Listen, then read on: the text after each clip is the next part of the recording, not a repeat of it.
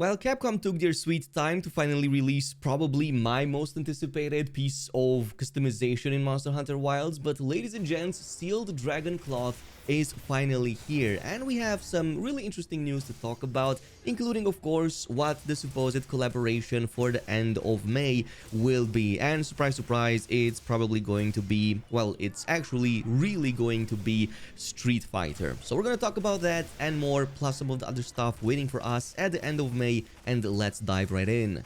But to start things off, if you head over in-game right now, you're going to get 3 new events, and obviously the most important will be Running Wild. This is what's going to give you the Sealed Dragon Cloth Alpha headgear, and you only need 3 of the pieces from over there. Obviously, you're going to have to fight a Guardian and Janeth, but it should not take too long as this is a very easy fight. You're going to need 3 of these pieces, by the way, so 3 pieces of cloth if you want to go ahead and craft it, as well as a bunch of other, of course, materials from the boss itself. Now, this is not going to give you like the best equipment skills out of all of them. It does have some very good dragon resistance, which is actually going to be pretty cool, and you also get resentment.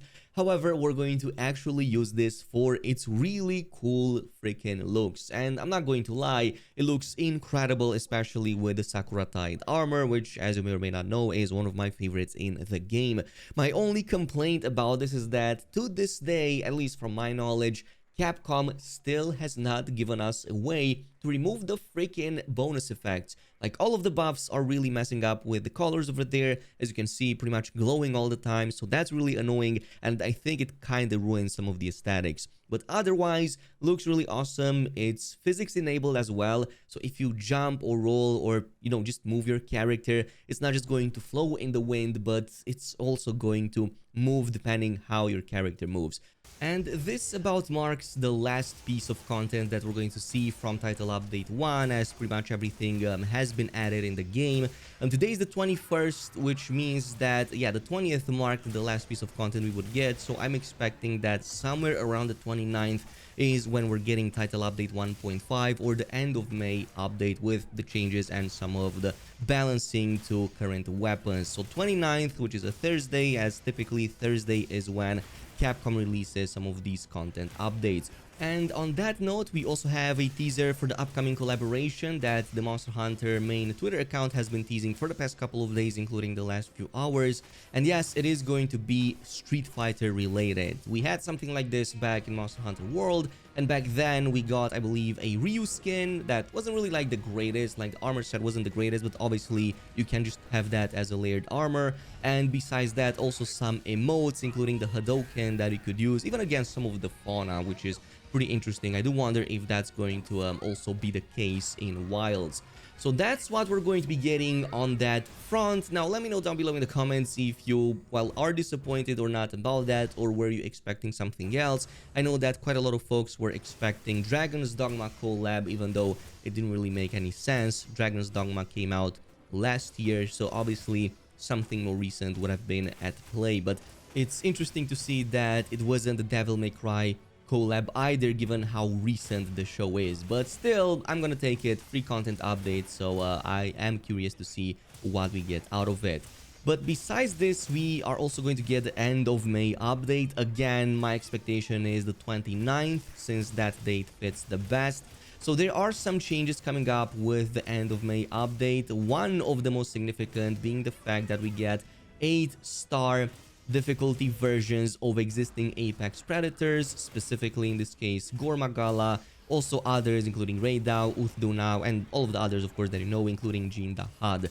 And each of these monsters have had various behind-the-scenes adjustments to make them more resilient, such as increased HP, resistances to wounding, and tweaks to multiplayer scaling, but it doesn't seem that they are getting maybe any new like attacks and whatnot.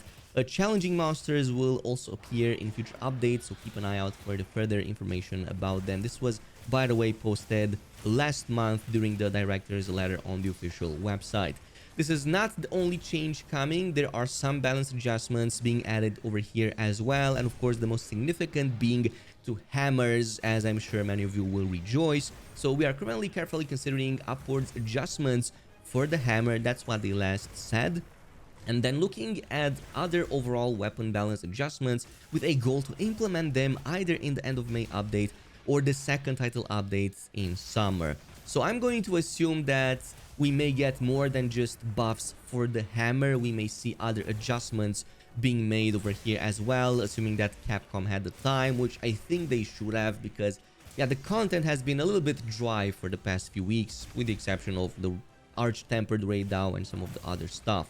Specifically for the hammer, I would not mind it if we get to see more hyper armor baked into some of our moves that require a longer wind up. There are definitely a few that can be easily interrupted, but yeah, the payout is not always going to be the greatest. So I do wonder if that's going to be the approach that Capcom takes, or if it's just going to be straight up like damage buffs and number increases. That would make sense actually, because right now you don't really have many incentives to use the full kit from the hammer. It's pretty much mighty charge spam and big bang combo, even that without some of the moves at the end over there. So yeah, I do wonder if Capcom actually takes all of this into account and adds a proper change over there, because hammers, let's be honest, I think they are really cool, and there are some cool weapons in the game in this category. I guess we're gonna see that in like a week or so. Interesting to point on the subject of Capcom having time to develop upcoming, well, content. We do have a dry couple of weeks ahead of us in terms of events. Not much actually will happen in a game, and I'm surprised that nothing related to the arena either, as that was, yeah, pretty much advertised as being a very important sort of mechanic in which we can compete, but it seems that there's pretty much not much happening over there in terms of new content. What's significant for the next couple of weeks, at least up until the 3rd of June, is the Running Wild, so you will have enough time to actually grab the Dragon Cloth headgear. Besides that, we have a couple of events for this week that provide some extra food ingredients, which again is not really significant.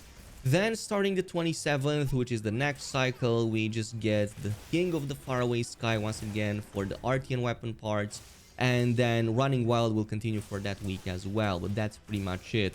The only other thing that changes is that we're getting Tongue-Tied starting the 3rd up until the 10th, and then Anguish and Atrocity, which we talked about before, being a pretty decent method of farming both XP as well as farming those yeah, wounds to pop up during that event. But that is pretty much it. In any case, that pretty much leaves us off with everything we're going to be getting in the next couple of weeks. Of course, it's likely that layered weapons are not going to make their way in this end of May update either, and it looks even more clear that it's going to be parts of a title update 2 that will drop somewhere around summer. At least that's the way I'm seeing things, but I would love a shadow drop, like just a surprise from Capcom at least once in a while for something as big as that. That is pretty much it with the video. Let me know down below in the comments what you think, and I'll see you guys in the next one.